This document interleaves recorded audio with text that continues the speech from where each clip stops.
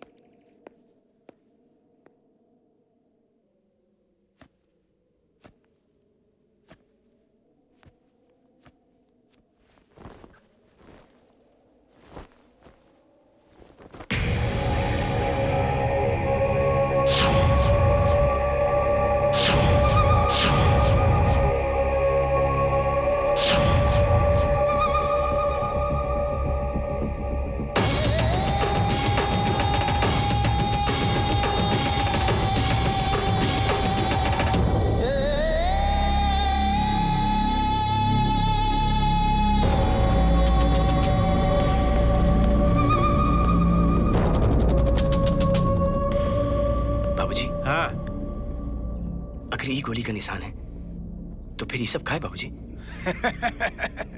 तुम भी आ गए अंकल की बातों में। ये आर्मी में थे जरूर, लेकिन इनसे पूछो ये करते क्या थे उसमें। अरे बताना मेरे बेटे को।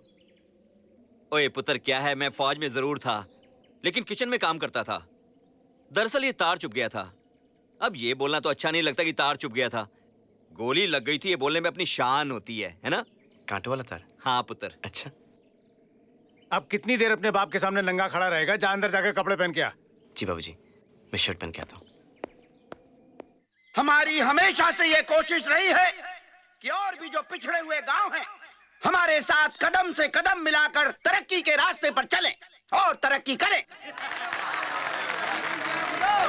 हमें ये बताते हुए बड़ी खुशी होती है कि हम अपनी हर कोशिश में कामयाब होते जा रहे हैं। हम वादा करते हैं कि हमारी ऐसी कोशिश। इस गांव के वीर को मुस्कान का नमस्कार। आइए mister Veer, come sit by my side. ये तुम्हारे चीफ मिनिस्टर, हम तुम्हारे होम मिनिस्टर। ये तुमका आंसू देंगे, हम तुमका मुस्कान। ये तुमका 7 मिनट में छोड़ के चले जाएंगे, हम तुमका 7 जन्म तक नहीं छोड़ेंगे। इनकी कतनी करनी में अंतर है, हमारी कतनी करनी में कोनो अंतर नहीं। ये तुम्हारा घर उजाड़ देंगे, हम हमारा घर उधर बसाएंगे। समझे मिस्टर वीर? ये है पोची मुची।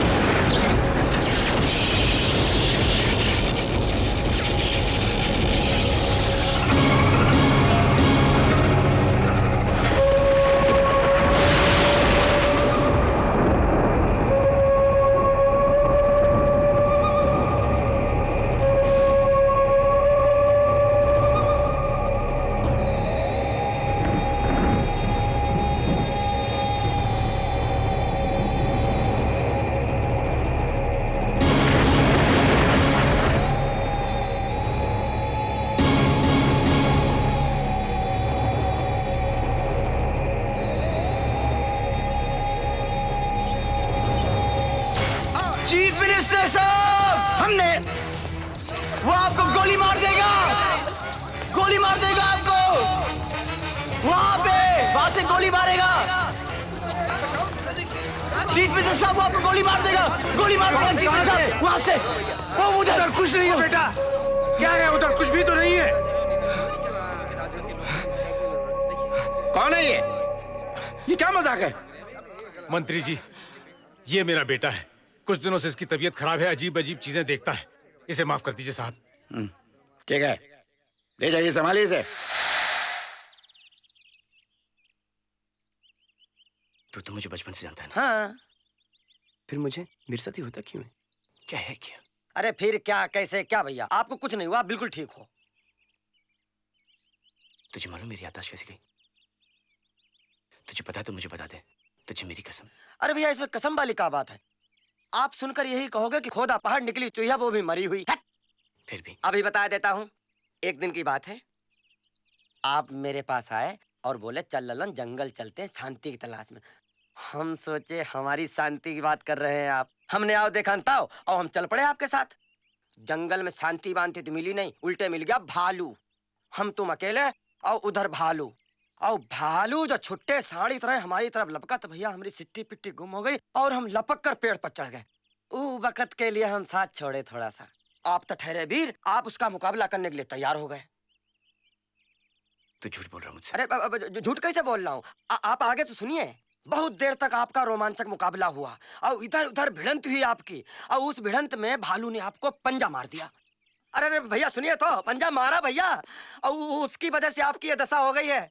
आप हम लोगों पे विश्वास क्यों नहीं करते हो? और एक बात बताएं भैया, आप हमसे ऐसे किससे मत पूछा करिए, हमें बहुत तकलीफ होती है। अतीत मत जाओ, कोई फायदा नहीं है। आप जैसे भी हो, हम सब आपको बहुत प्यार करते हैं, आप बहुत अच्छे हैं।